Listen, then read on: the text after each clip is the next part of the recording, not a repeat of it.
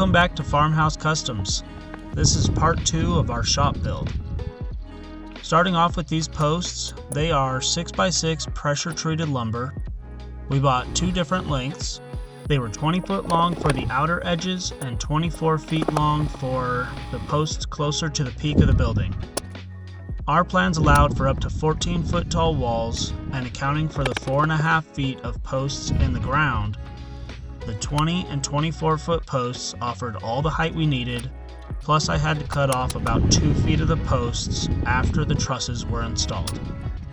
On the bottom of each post, we nailed 2 pressure treated 2x4s on each side using galvanized nails.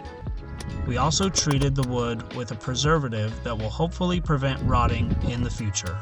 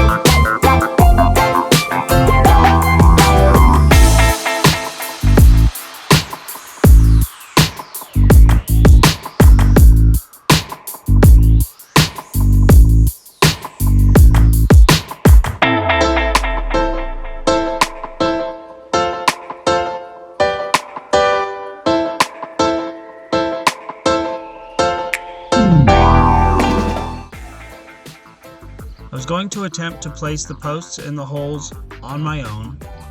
The first lift was to gauge the weight of the post. The second lift was an actual attempt, but I wasn't confident enough to go any further without hurting myself, so I got some help from a couple teenagers that I had sitting around.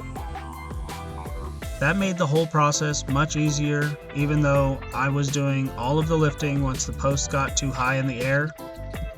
It was probably smart to have a spotter available just in case.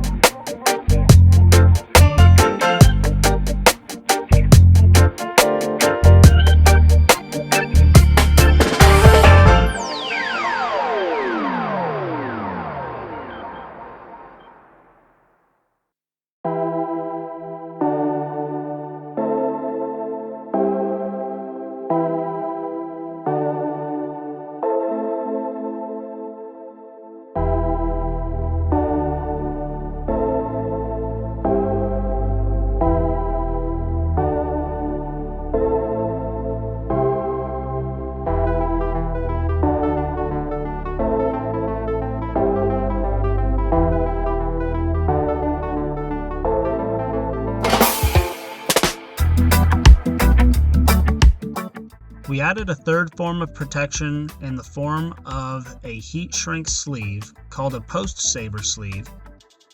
I tried talking about it, but the audio was all over the place because the wind was too loud. Basically, it seals completely around the post where the perfect mixture of moisture and destructive insects would do the most damage. It uses a tar-type substance on the inside of the sleeve that soaks into the wood and adheres to itself when heated up with a heat gun. Over half of the posts from the old building had been rotten completely through when we were taking the remains of the shop down, and I think adding this step will really help prevent damage to the posts in the future.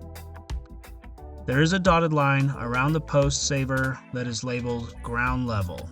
I applied the post saver sleeves so that the dotted line would be even with the gravel base that will be compacted before the concrete slab is poured.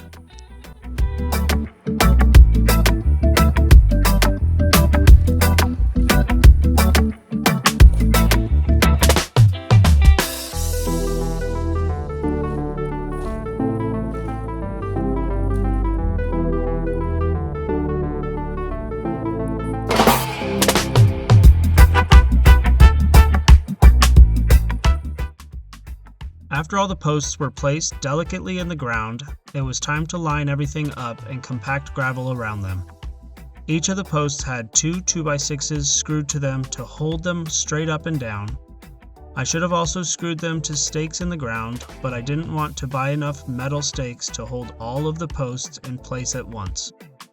That would have added a couple $100 for something I would never use again. I tried wood stakes, but they broke every time I tried to hammer them into the ground. I found it easier to level one post at a time and fill the hole with gravel as we went. One of the most important things to pay attention to during this process was to ensure that the supports to the other posts or the posts themselves weren't leaning on the string line I had ran.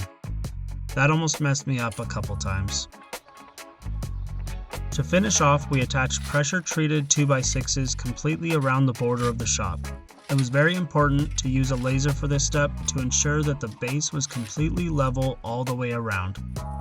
This border will later become the height of the concrete slab in the shop, which made it really convenient to use as a surface for the screed board.